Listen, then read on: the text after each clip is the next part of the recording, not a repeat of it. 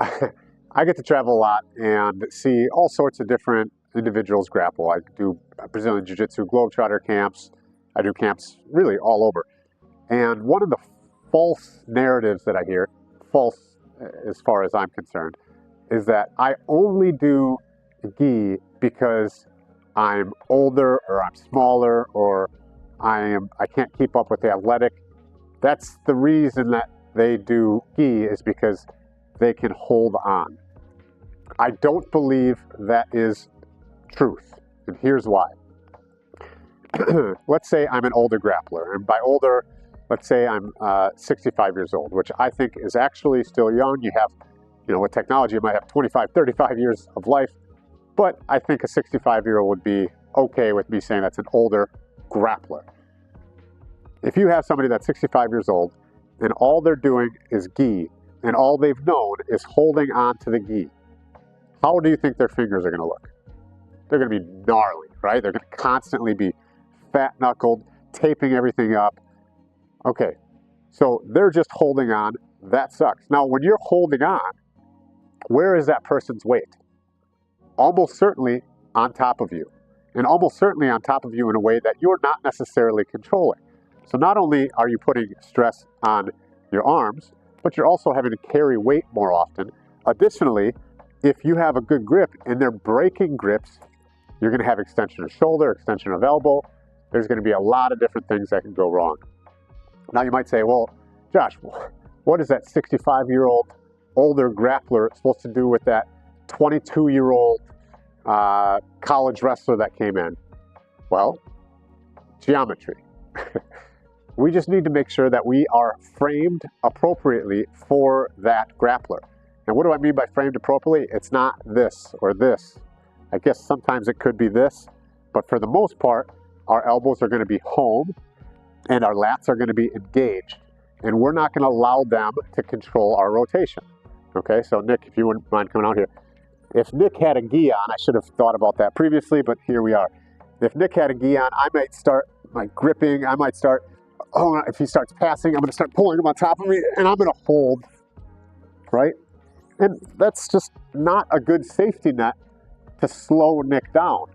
Now, if we're playing and he's going to pass the guard, we're going to go this way just so I can talk to the camera. He's going to pass the guard this way, and I start to just get into a good posture in relation to him.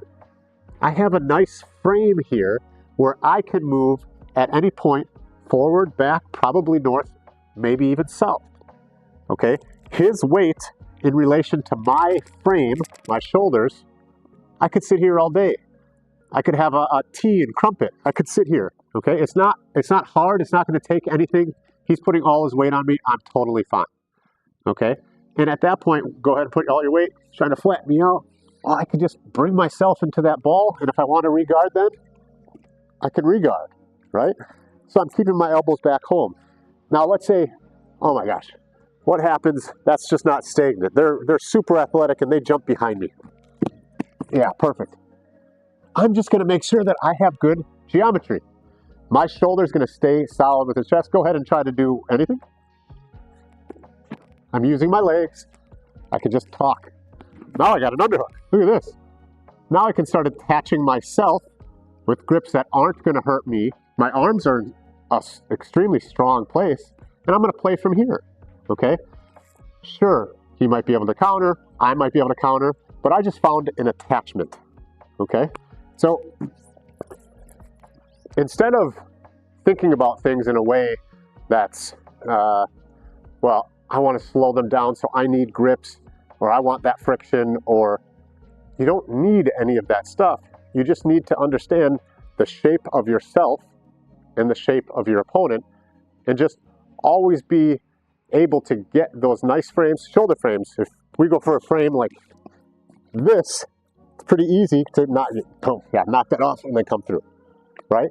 And then he's going to kill my rotation using these levers called arms, okay? But sometimes I'll start a roll like this. If I have somebody that's super athletic, they have no fucking idea what to do. He can't flat me out. And the second that he really, really drives, go ahead. Exactly. He smashes your fucking head. No. When the second he really, really drives, perfect. I just move out of the way. Okay? So, realistically, I mean, I hear this all the time. I'll bring one gi to a week-long camp. I'll train gi because I still like gi. I like to train gi, but I roll the same way. My grips and gi are hands. Okay, I'm still doing arm drakes. Okay, whatever it happens to be, I'm not putting tension on my hands, putting tension on my arms, inviting people to come closer to me when I'm on bottom. I'm not doing any of that. I'm not saying gi is bad. What I am saying is watch your posture with people and try that no-gi. And if they can't flatten you out, it's kind of an advantage for you. And it's a lot easier to flatten me out if he can grip as well, which I don't want to deal with. So my statement is no-gi is better than gi when it comes to a grappler that is unathletic or is worried about injuries or is worried about that kind of stuff. We could talk about heel hooks and all that stuff at a later video, but I'll be interested to hear what you think, and I would love to expand on it. All right.